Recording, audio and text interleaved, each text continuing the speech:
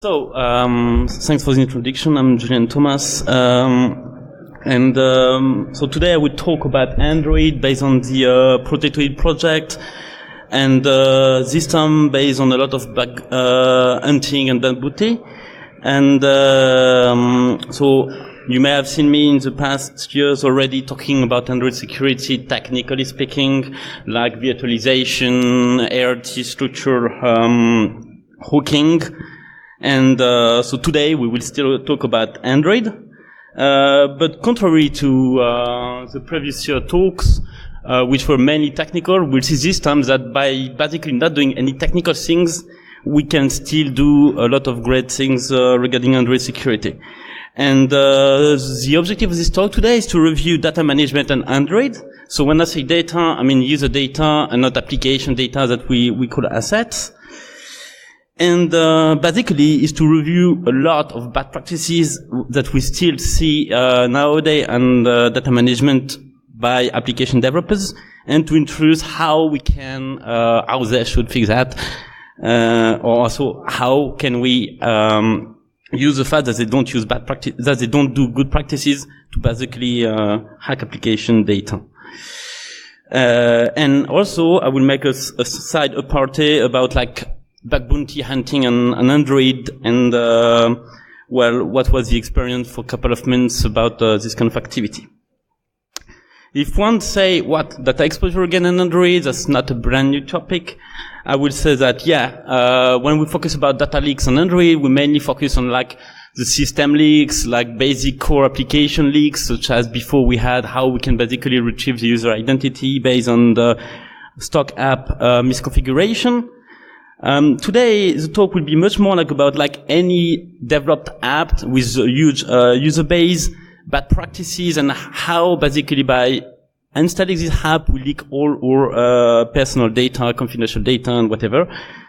And we will not talk about insecure shared data loading, such as basically side code loading. We will really focus on user data, because for example, like we don't really care that we leak the fact that we download the map of Hungary, but we really care that anybody on our device can know where we live, where we work, what's our preference location in Budapest, for example. Okay, so just before talking like really inside the topic, I will just make a small guess, and if someone wants to answer the question, that would be cool. So the environment, you just try to have kind of general setups. You have an app that is installed on the device with only network permission, so like basically it can just send out data. It's like a genuine app, no rootkit and whatever. And basically your device is not rooted, so like normally you should have a very good security. And well, one bad stuff is that your device has a lot of apps, like really a lot. And for example, you have video streaming apps, remote control apps, remote storage app, or like basically remote data storage app, such as, I don't know, Dropbox or whatever. I mean, one thing is that I said I will not disclose the name of the vulnerable application because of NDAs that were signed. So the question is, in general or in worst case, among this kind of question, kind of option, what can be done? Can we do like basically asking nothing? Can we do file listing, user identity disclosure, user credential disclosure, remote stored file disclosure, or remote control? So does someone wants to have a guess here? So I would guess myself. Well, basically we can do a lot of stuff. We cannot really do remote control. We can just hack the user into giving us remote control. But apart from this slice apartheid, we can do nearly all the other stuff. I mean, file listing is nearly an off topic that will not go into details, but we can do file listing. But we can definitely have user identity disclosure, user credential disclosure, and any file, user file, here again, disclosure. So, the talk will be divided in 4 main topics, which is basically the first one is explaining how data storage works technically and security speaking. And then, well, how can we use that? How can we use bad practices to get leaked data? And then, obviously, as I said before, what was the reaction of the vendors regarding either managed or like private bug bounties? So data storage. First, documentation, because it's always good to read the documentation. So I don't want to put some bad words, so I'll just put RM, but it's read the fucking manual. So when we talk about external storage on Android, we have nice calls given to us by the Android framework, Android system, with a nice documentation, such as you want to store your file on the external storage. Well, you can use this function called the get external files dirs, which basically is described as follow. It's an absolute path to application-specific directories internal to the app, not typically visible to user as media. It's a storage that is not always available. Well, obviously, it's external storage, and no security is enforced with this file. I mean, like here, when you're not a security expert, you can see that here you have already two sentences that seems conflicting. Like, not typically visible to the user as media, and no security is enforced. I mean, like, unless you pay very attention to the search phrase, you would believe that basically it's not visible to the user. Well, I mean, it is. And then if you look at the get external storage directory, which is another way to access the external storage, well, you will see that storage can, the description, in the documentation is like it can hold a relatively large amount of data, and each user has their own isolated shared storage. Well, I mean, here again, when you say user, it's not an application, because normally in Android, every application has its user ID.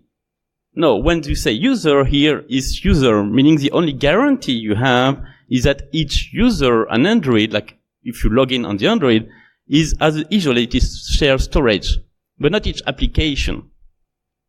Yeah. So that was one way to look at the documentation. And then if you look at another way of documentation, I mean, I put the reference below, which is kind of a training.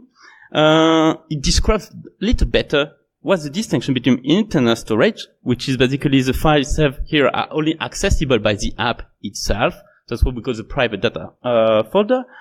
And when you have an install, well, basically all of that is removed. When you have an external storage, it's a word readable. So here normally, like it's kind of obvious that this word readable is written.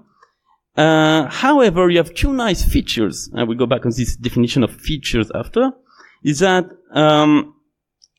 it seems to behave like the internal file, because when you remove the app, well, the data is removed. And the other very interesting stuff is that if you want to share your files with other applications, it's written that it's the best place to use. However, you should look before that it's the best place if you don't require any access restriction and you want to share. Well, I mean, like, you know, like you have to repair the documentation, because if you don't, then you will have some kind of misbelief. Okay.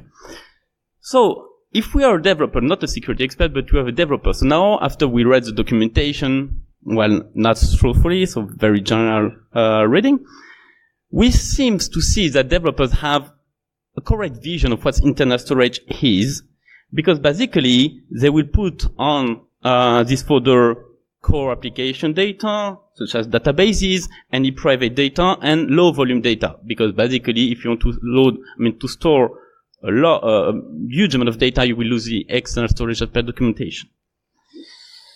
So as I said, you will, for example, store cache, databases, and core files.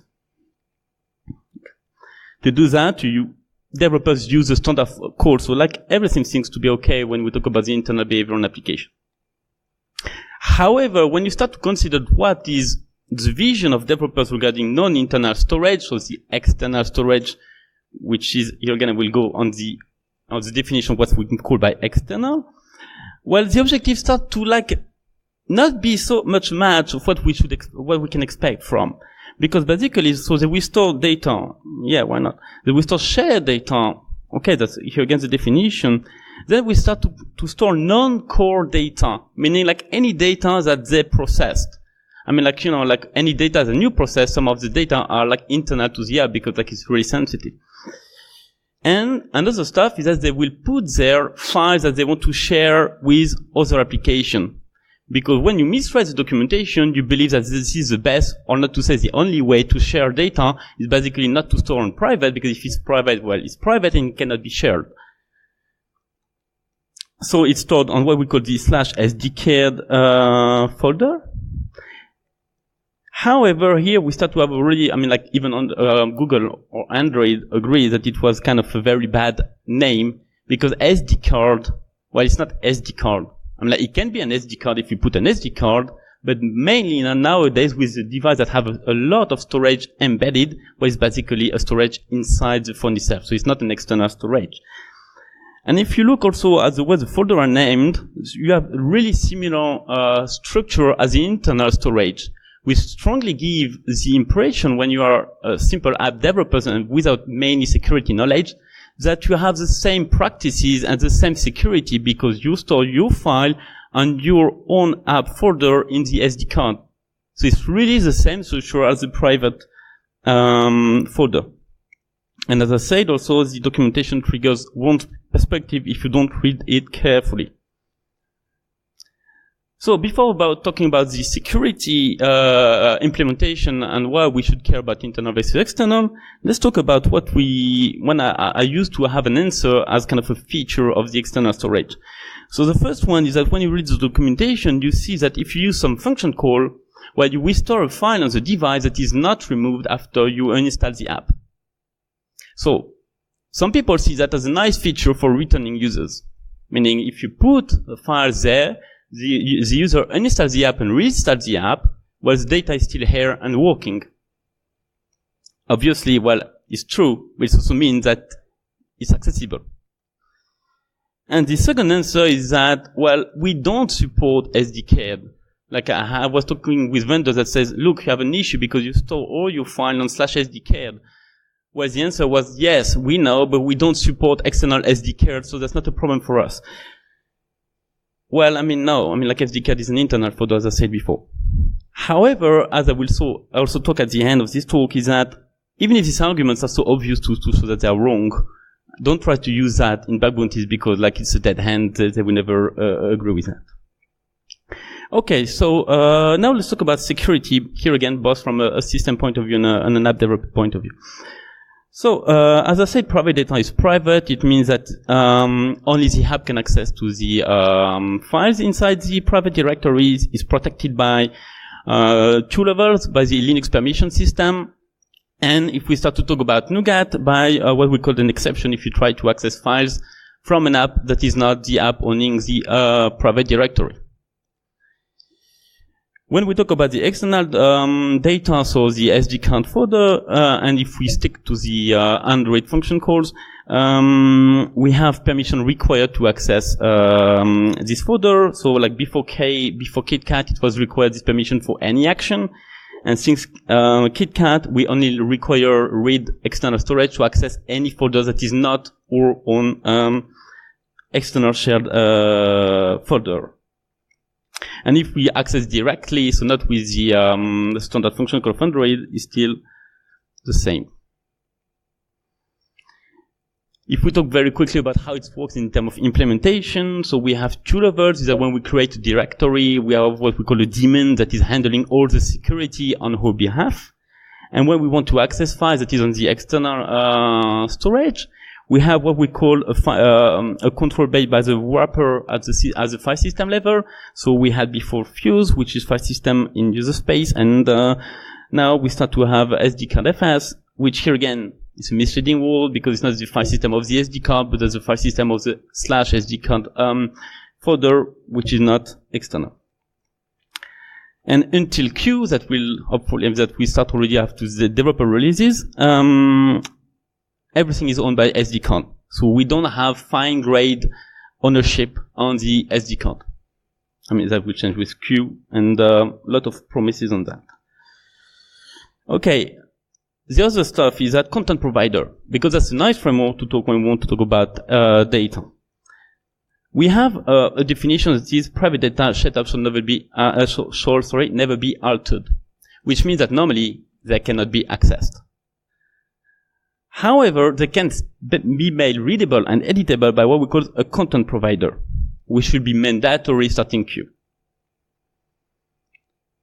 Here again, another question for some people who want to answer, or maybe like just a general question. Who knows about content provider on Android? Okay, very few.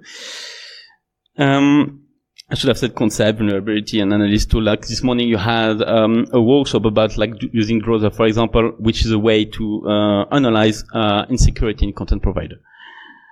Okay, so content provider is first a feature to expose data out of the box. So basically, by just using this framework and doing like this very small line of code, you share your private data folders, let's say in a secure way. But it's also a framework to expose data as you wish.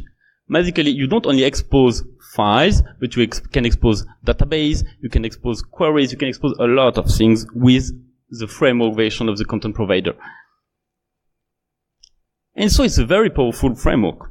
However, if not fully understood, it's better to stay away from it as a framework because it starts to expose a lot of you're really vulnerable.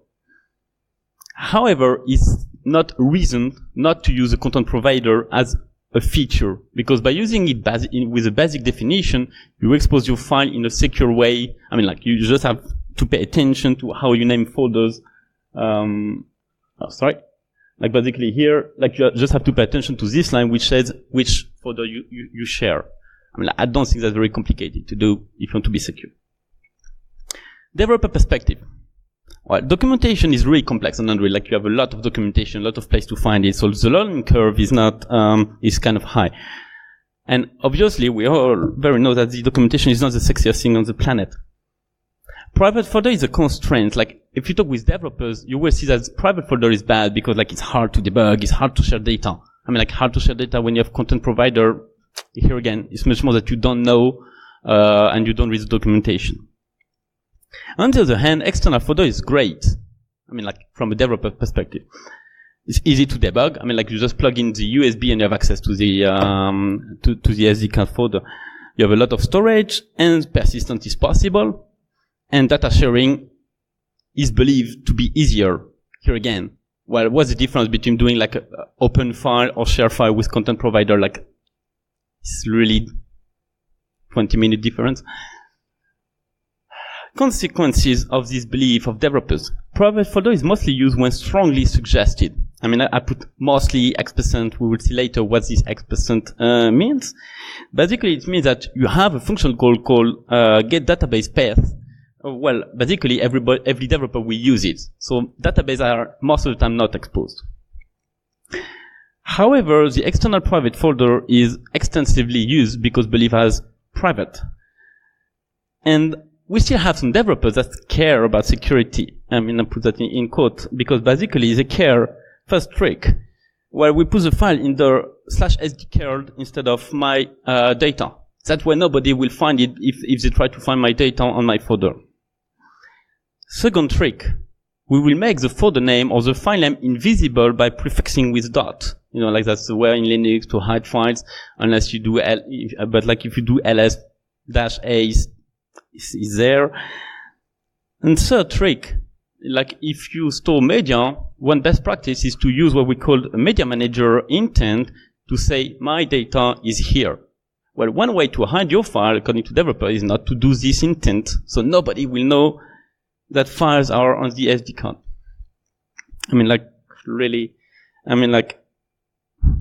Here again, that's very bad and old practices.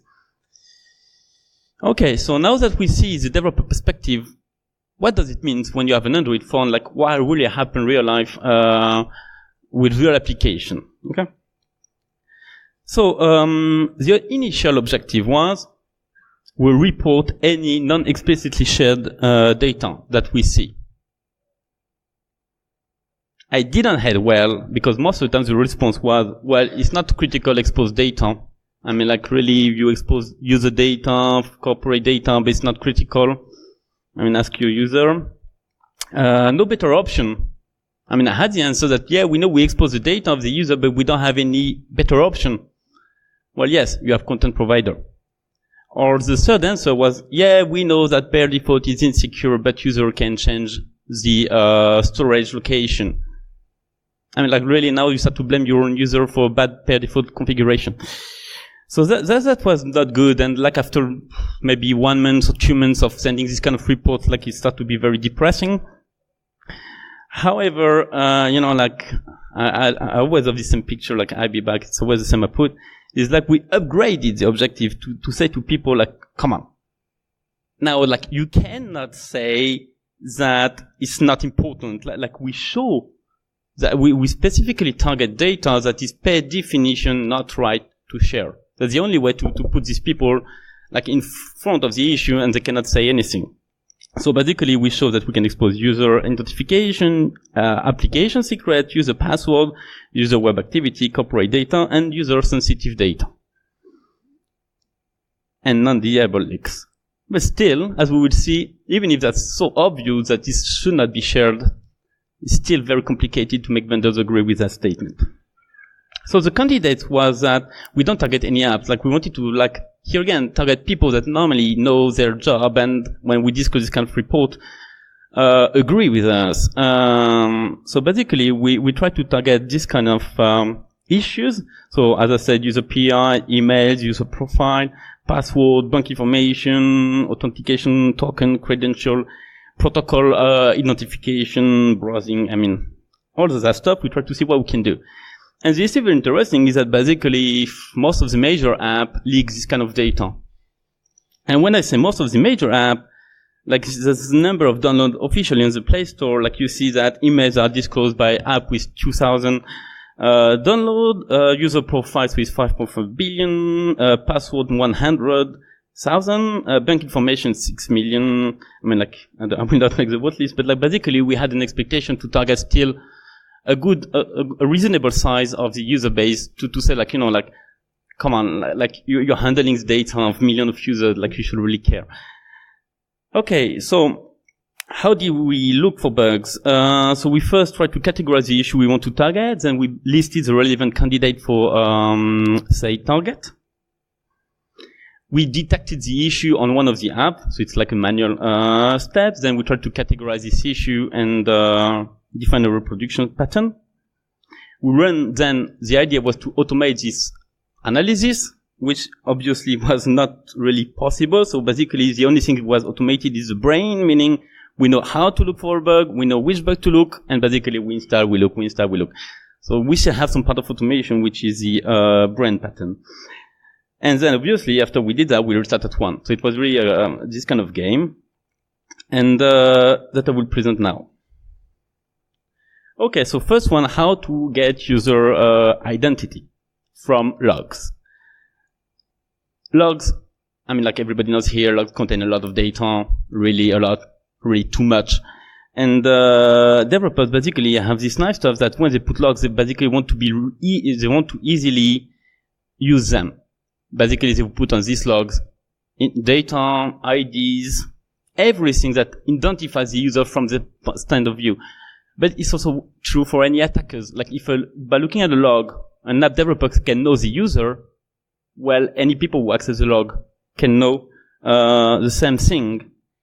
For example, here I've just put here two example of logs that we see. We see on the first one that basically the user ID is disclosed and the email when we try to log in. So basically, just by looking at the log, we know the user email address without any permission except read external storage. Another one was that basically we were leaking the account token. And the account token was a way to access user gender, user email, user first name, last name, phone number. So just by looking at the log, we get very nice information. So how we detected that, we made a script that basically every time we install an app or set of app, look for by grep email address or keyword like auto token. And by only doing that, we get like all this information. How to avoid that? Well, it's very easy. Clean your logs. I mean, like, don't put user PI on the log. That's stupid. And keep them private. I mean, like saying that we put the log on external storage because they are too big is kind of nonsense. Like you can zip them, you can rotate them. I mean, like it's very best practices regarding logging, and like you already have framework to do logging correctly. Another way to extract user identity is based on naming convention, which was another funny stuff, which is like basically a lot of apps nowadays handle multiple accounts within the app. So social networks, data management application. And they need a way to separate data sets, meaning like account 1, account 2, account 3, there are different folders. And the insecure approach that we often see is basically to use the user email address as a folder name, or to use the user ID as a folder name. Well, I just put here 2 lines. So one was like when we were using the app, my email address was disclosed every time. And when using other app, offline cache, where the social ID was disclosed. And we don't pay attention, or like the social ID is a very weird set of letters.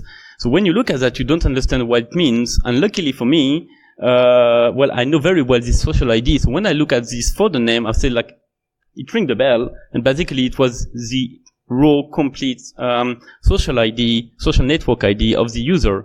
So by just looking at file names, we know who you are, without asking any relevant permission. So the detection method is basically, instead of grep while you do find, I like it's very, very straightforward. And what the best practice is, you don't do that. I mean, like here again, you can hash. You can do like an internal mapping on a private database. That's here again, best practice is like, don't put an email address as a folder. I mean, like that makes no sense. So you can hash that. I mean, it's the same unicity. So user profiling was the second issue we're trying to do, meaning like, let's assume that your identity is protected. Can we guess what's your preferences? So basically, we had the statement that the raw IP address is not a sufficient leak. It's too easy to get on Android, like while you're browsing on the web. So we wanted to know exactly when, what, and where you are doing. So one way to basically do user profiling on social network application is basically to look at the cache, because every time you visit a page, where you get somehow some cache that is shared on external storage. So the first cache was that basically every header of the page you visit on this social app was cached. And the header is unique to the page, so we know exactly which page you are visiting when, or at least for the first time. The second way is to get the user identity by looking at the picture cache, the user picture cache. The first picture is your picture. So basically here again, we're not talking about an application with like 10,000 downloads. We're talking with application with billions, and the file, the picture file, can be easily Google reverse picture to know who you are in matter of seconds. Another very interesting thing is web browsing. So if you look some web apps, they will cache what we call the web view is the external storage. And basically the web view cache is the whole page. So we know everything that you visit, which page, and sometimes we even get the credentials that you use within the page. And here again, how to avoid that is basically to assert the behavior on the underlying component you are using. Because most of the time, this app don't even know that they are leaking this information because they use some kind of submerged generation, or they use here, for this case, a web view component that is not their own development. Okay, so another one is playing with geolocation. So when dealing with maps and GPS, you often have a lot of data. And the insecure approach is to consider that all GPS data are similar, meaning you save everything on the same location. And when I say anything, is for example, well, the user database associated to the GPS maps that you download, where you put them next to the maps. I mean, like, it's kind of logically makes sense. When you're not developers, you put all the logically linked data in the same location. Well, I mean, here, for example, like it was a map application that serialized the values of your preferences. Well, I mean, it's okay, you get the SQL database, you don't understand what the format is. Well, you just play some kind of guess, and you see very quickly just serialize, and you export everything. And the way to detect that was basically to look at any exposed SQLite database on Android on the external storage. Well, here again, it's just a basic grep about SQLite. And two things here. Don't believe that read external storage is the same as access file location, like I said, the value of the data that you are storing. And the other thing is that don't believe that because you use a custom format, users will not be able to, I mean, like attackers will be able to understand what's the format, because they can just install the app on another device, put the file, and that the file is run on the app. So another way to play with GPS location is regarding integrity. Here we have some SQLite database that is not even serialized at all, not encrypted. Here again, same pattern of detection. And basically, we can insert third information in the GPS of the GPS app, meaning we can insert fake route, we can insert fake preferences, alter the preferences, and basically just destroy the user experience, for example. Okay, extracting implicit confidential assets. So documents are often saved on device only for one reason. You want to have offline support, meaning like if you are a corporate and you have data, well, you want to save them on your device because you want to access them locally. And the insecure approach is to consider the documents when are not sensitive. And the second stuff that is linked is that basically, as it's not sensitive, users don't need to know where we store them. Okay, so here was a small mistake. So the example is that basically users hardcode the storage location and don't say that to the user. The second thing is that, well, you hide the capacity to change the storage directory. And basically, we only had to detect file change, which is super easy, like we have file observer that we can extend to path file observer on Android, and basically we are aware every time a file is inserted on the external storage.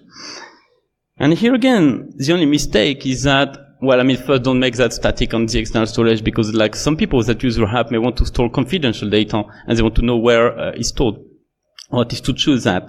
And the second option is that, I mean, let the user decide what they want to store and make it by default secure. Like if the user wants to have a lot of data, just give him the option to put that in the external storage, but don't assume by default that it's an external. Like it's not your data, it's your user data. When we extend about this confidential data, we can talk about explicit confidential data, which is like encrypted documents. And here again, most of the times the approach is exactly the same, which is we don't tell the user where we store.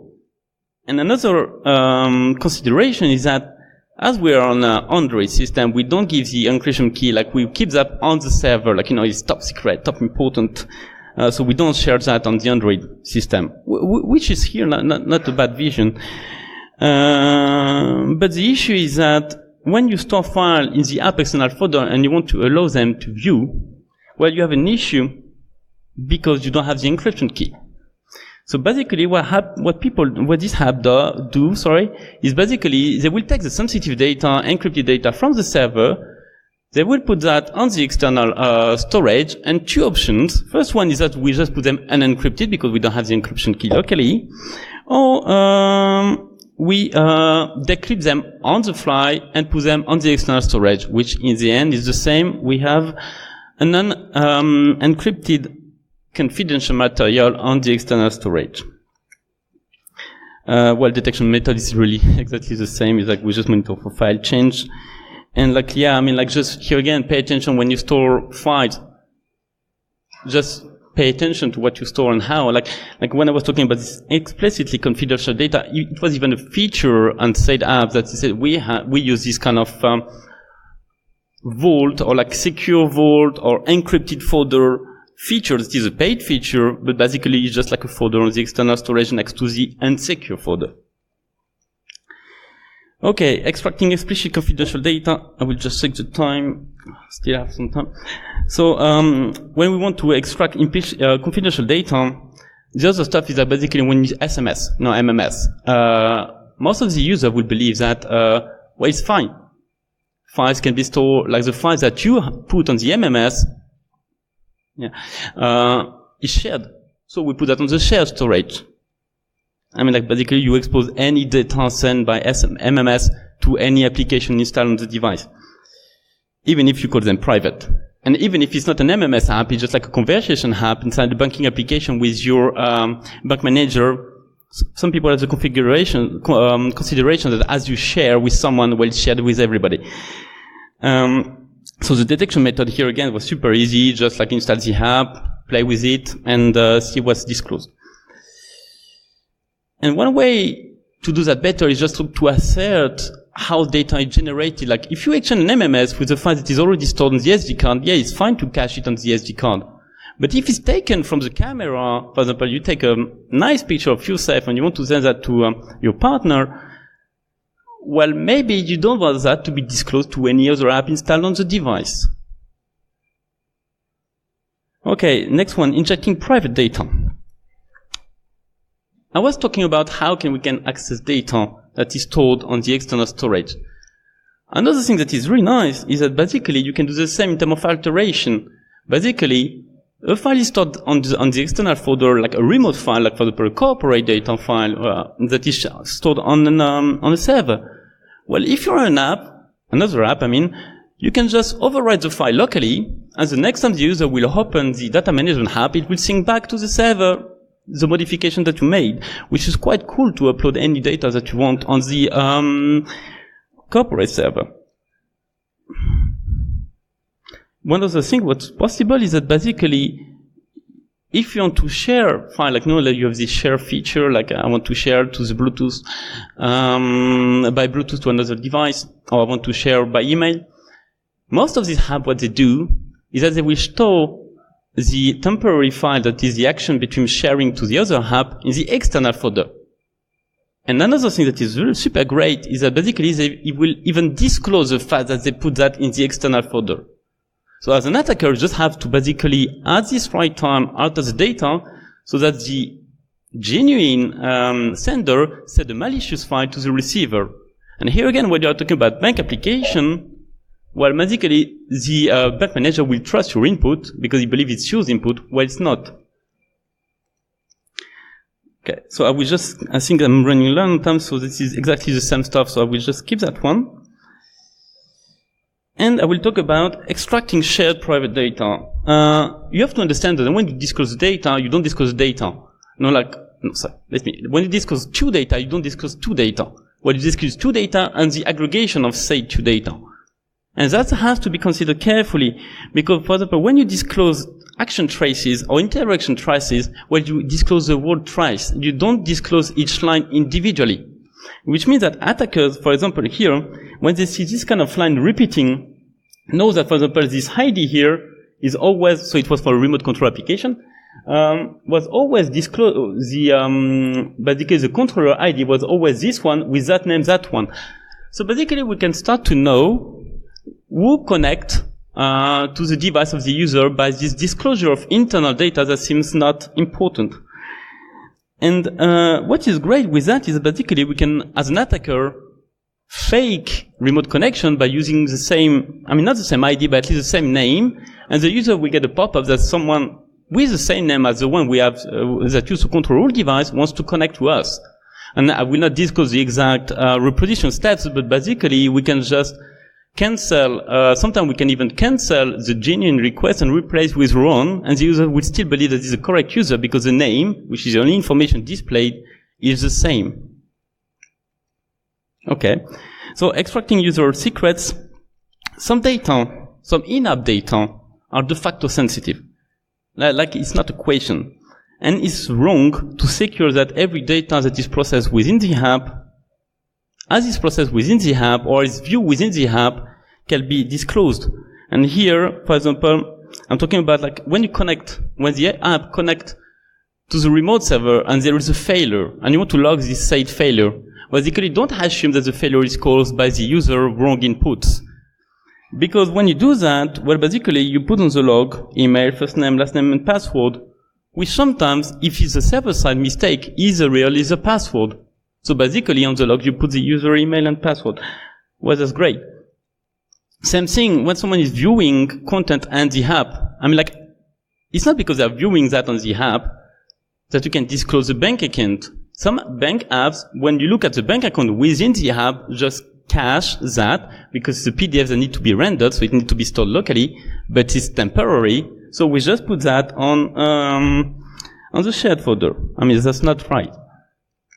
Okay. So evaluation of the study. I'm just thinking. Evaluation of the study. So analysis process. It was a really time-consuming stuff. Like we spent months because it was manually installed to each app because we had to sign up most of the time. We had permanent retroaction, meaning we find a bug, we generalize, the generalization is not good, so it was like a permanent stuff. And the standardization is really hard because most of the time the bug is different. It follows the same logic of incorrect disclosure, but the way it's disclosed is never the same. So after months, we started to have general pattern, but it was not a straightforward stuff. And it often relies on the combo install an app, find potentially vulnerable file, grab for disclosure. I mean, like that's really like, you have to target the right app category very quickly, otherwise it starts to be very unpleasant that after days of installing apps, you find no bug. I mean, like when you find the right category, all of them are vulnerable, but unless you find that, it's really like not nice. So classification of the issues. We have a lot of type of data disclosed. We have app private data, we have user private data, we have device protected assets such as geolocation. And the reason for this exposure is really limited. I mean, the first one is that most of the time app developers just failed to read the documentation. They then fail to define, like he's even not asserting, is defining the security policy. Now, if you don't define your security policy and what you consider as public and not public, well, I mean, like, it's stupid because, like, everything is disclosed in a way you don't even control. And the third type of failure is, like, not to perform any security tests because it's very easy when you are the app developers to just check where your files are stored in live scenario. Most of the issues were here discovered because there was no security assertion at all. So classification of the vendors. So we have, for people who do bug bounty, I think they know that already, various vendor profile. So we have the really responsive vendors, like the top one that respond very quickly, couple of days. Most of the time it's managed by bug bounty platforms, but not always.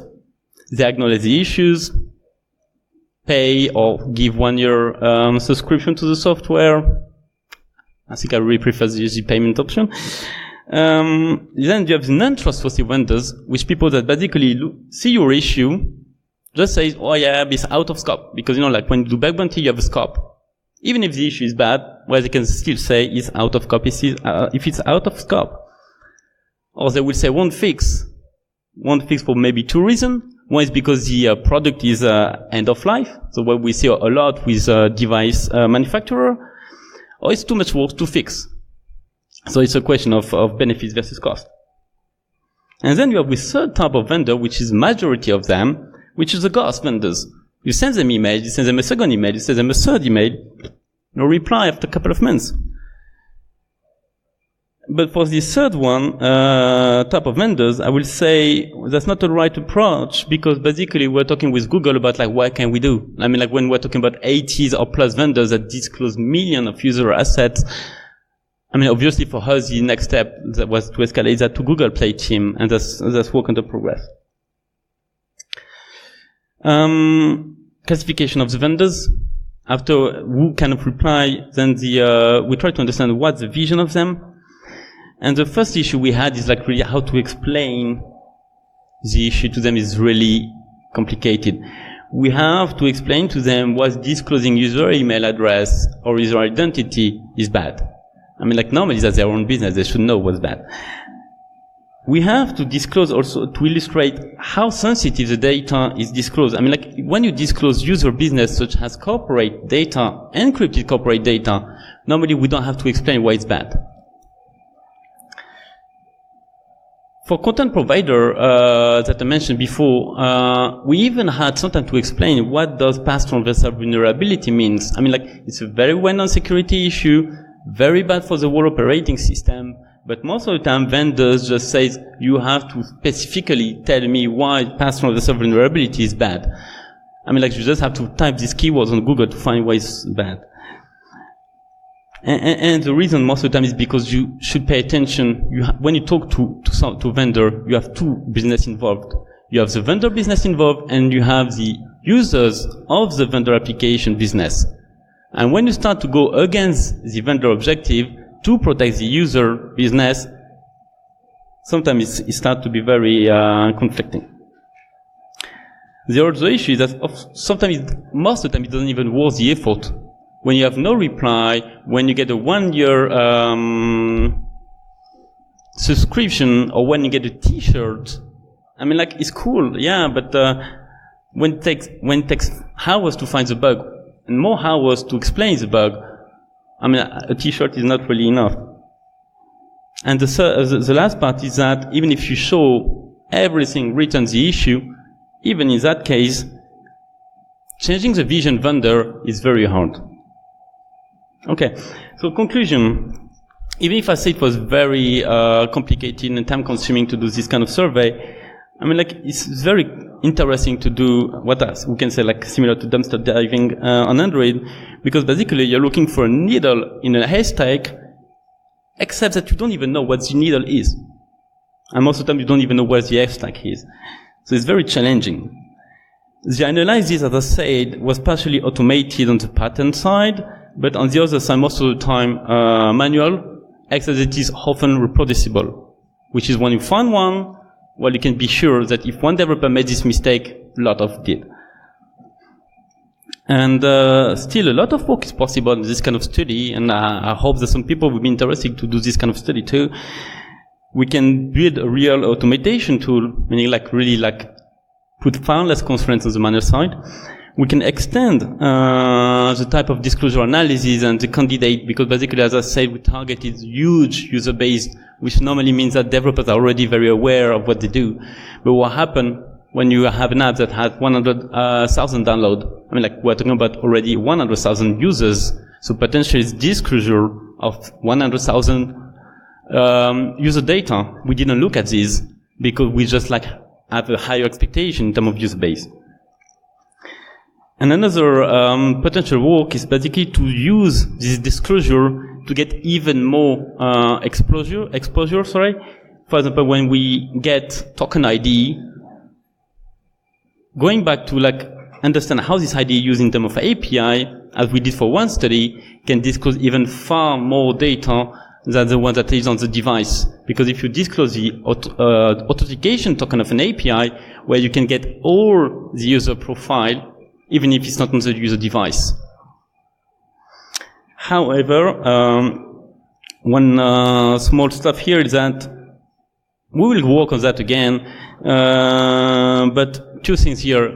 To prevent this kind of issues, it strongly depend on the vendors. Like, if they get notified and don't fix, it will never be fixed.